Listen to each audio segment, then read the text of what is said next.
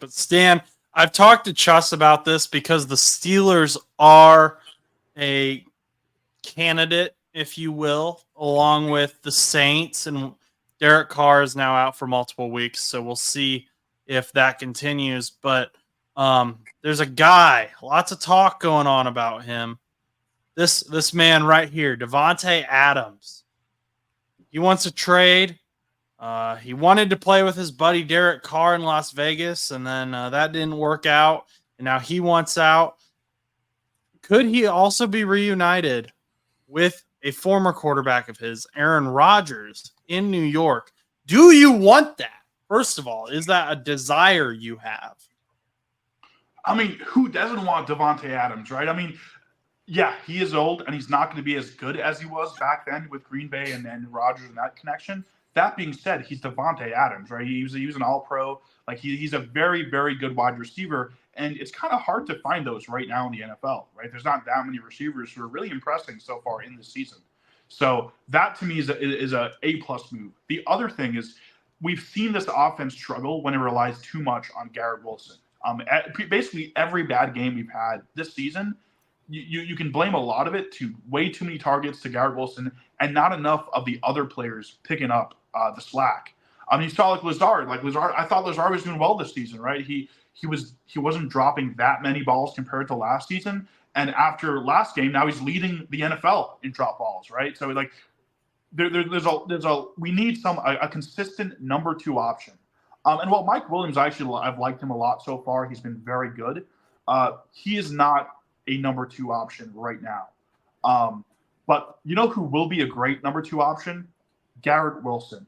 Because if Davante Adams comes to the Jets, he's going to be number 1. He's going to get all the targets. He's going to have all of the correct plays with Aaron Rodgers. We know they know how to communicate with each other. We've seen them do that for years in Green Bay. We've seen them both at their peaks together. So Davante Adams comes to the Jets, becomes wide receiver 1, takes a bit of the pressure off Garrett Wilson. And for any defense that plays us, now you have to worry about one of those two, which, either way, whichever one you pick, you're going to lose the other one, right? So I think Davante Adams is a genius move. And even if we do have to bite a lot of the cap, which, the Raiders either want a second-round pick or they want a team that's willing to take a lot of the cap hit.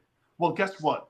Because of a guy named Hassan Reddick not signing with the Jets, we have about $16 million left in cap that we don't have filled right now. And you know what? You can restructure a contract, and you can take the dead money from Las Vegas and say, hey, Vegas, we'll give you a 3rd or 4th or 5th or whatever, some later round picks, and we'll take all the dead money. And that's a win-win for both teams, right? Because Vegas, they're not so much worried about rebuilding right now. They're not making a playoff push.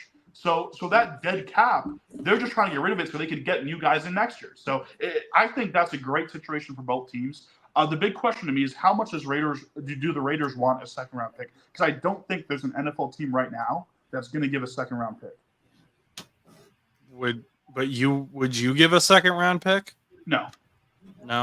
So the Raiders, to my understanding, have made it clear they want a second, or they want a lot of cap relief, which I think the Jets have their best bet to just give that cap relief. Chuss, speaking on behalf of the Steelers and your Pittsburgh connections, would you guys give a second-round pick for Davante Adams? No, I wouldn't, personally. I don't think. There's so much that goes into it, obviously. Second is definitely steep, but there's been players that are the same level of Davante Adams talent that have been traded for way less. So I feel like it's a little ridiculous to even consider that. But I understand what Vegas is trying to do. But unfortunately, come the deadline, they're going to realize that if they want to dump Davante Adams, they're not going to be able to get a second-round pick for him.